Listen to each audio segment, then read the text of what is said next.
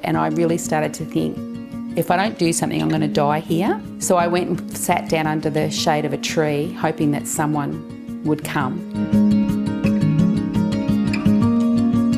I always wanted to do Central Australia. It's been like a bucket list item for me. So I asked my long-time friend, Deborah, to come with me, and we went up there to tick off a few of those big things like Uluru and the Field of Lights and Kings Canyon. There'd been so much written about Kings Canyon and that it's like a grade 5 hike or something. I was a little bit anxious climbing the mountain, and I did have to stop a few times to catch my breath.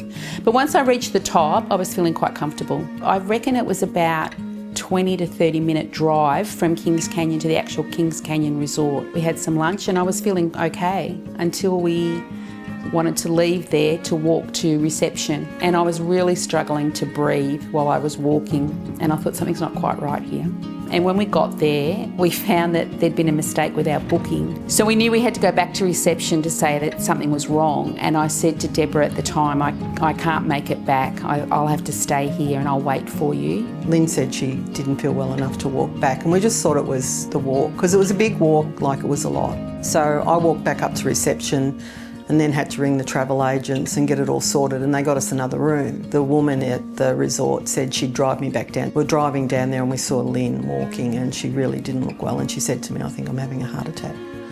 And I really started to think, if I don't do something, I'm going to die here. And they said, well, there's a clinic, which absolutely amazed me, because I thought, I'm in the middle of nowhere here, there won't be any medical assistance. But then, yeah, we got taken to the clinic, and they were amazing. And the nurses came back and said, well, you have to go to Alice Springs Hospital. And I can remember thinking, and how's that going to happen? Like, and she just said, well, the Royal Flying Doctor Service is coming to get you. And I was just blown away. I just had not even entered my head that that would happen. We had to go to a cattle station that had an airstrip. We could hear the propellers coming.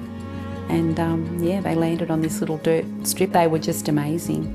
Yeah, loaded me up quite quickly and got me on board. You know, I felt that if anything did go wrong, I was in the safe hands, and that they had everything they needed on board that, you know, could help me. So I had 2 nights in Alice Springs, and then the decision was made to fly me to Royal Adelaide.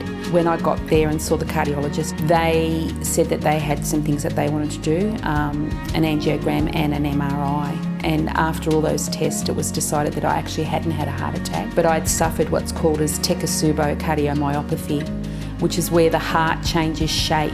It's not a permanent change, but while it is not in its correct form, it doesn't function properly. So after 3 days at Adelaide, I then finally got to fly home to Melbourne. To me, the Royal Flying Doctor Service is amazing. I feel extremely lucky that I was able to use their service, and thank you.